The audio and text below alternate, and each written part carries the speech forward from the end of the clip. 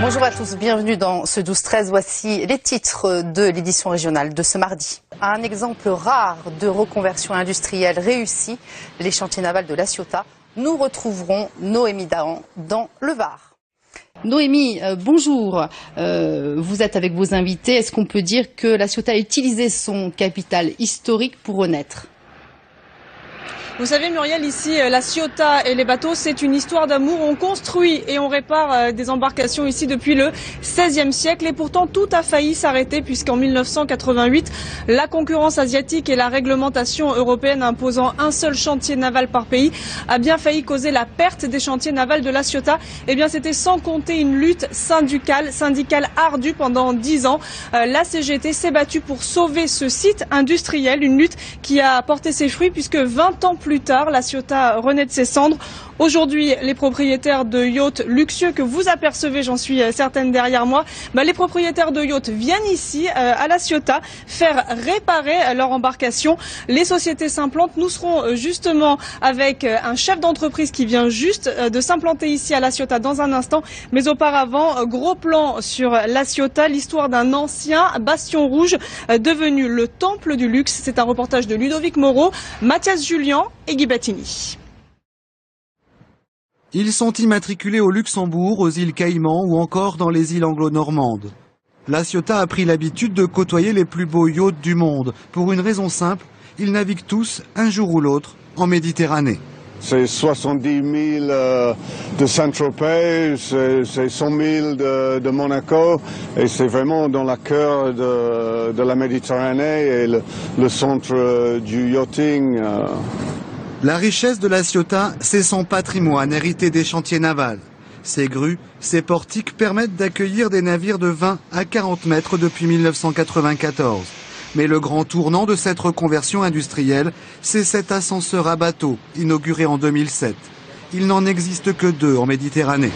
Il permet de mettre à sec des navires de 80 mètres de long, un nouveau marché très lucratif. Les clients se dirigeaient plutôt vers l'Italie ou vers l'Espagne, notamment Barcelone.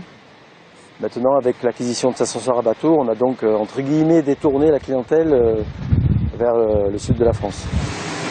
Un autre atout majeur des chantiers de La Ciotat, c'est le One Stop.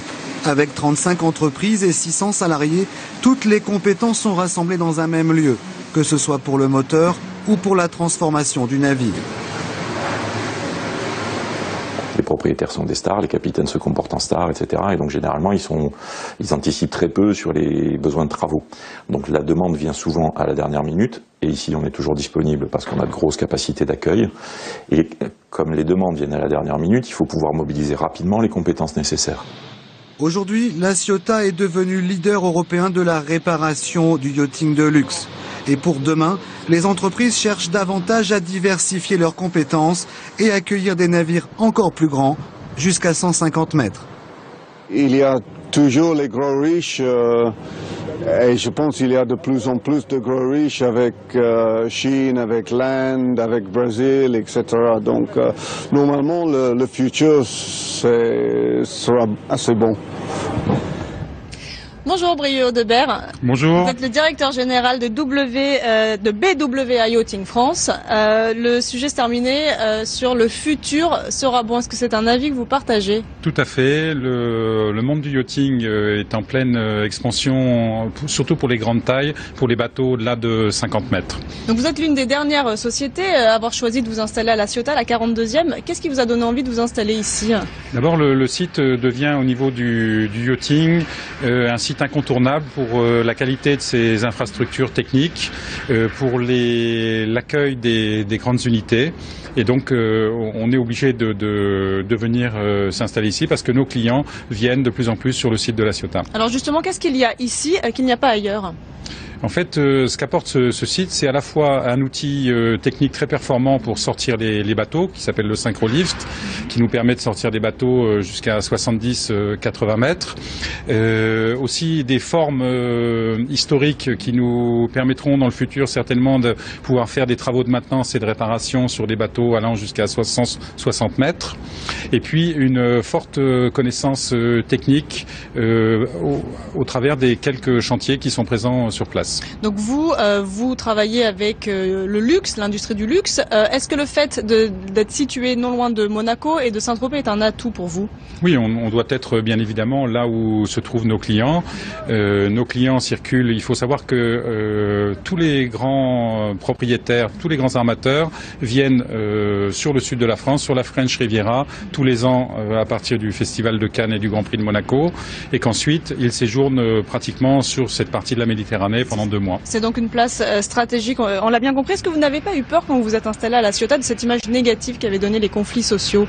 Non, je pense que le temps a passé. On est aujourd'hui tourné vers l'avenir. On a un site qui a complètement modifié son image. De nombreux investissements ont été réalisés et on le voit bien puisque nous on suit nos clients, nous coordonnons l'ensemble de leurs services à terre et nos clients viennent sur La Ciotat, sur le site de La Ciotat. Donc, et je pense qu'on est au début du développement de ce site. Alors justement, vous dites que vous êtes au début du développement de ce site. Quelles sont les prochaines choses que vous souhaitez réaliser ici à La Ciotat? En fait, nous, notre rôle ici va être d'essayer d'amener plus de bateaux, de faire connaître à nos clients ce site, de lui montrer quels sont les atouts et les avantages qu'on a à venir travailler sur ce site.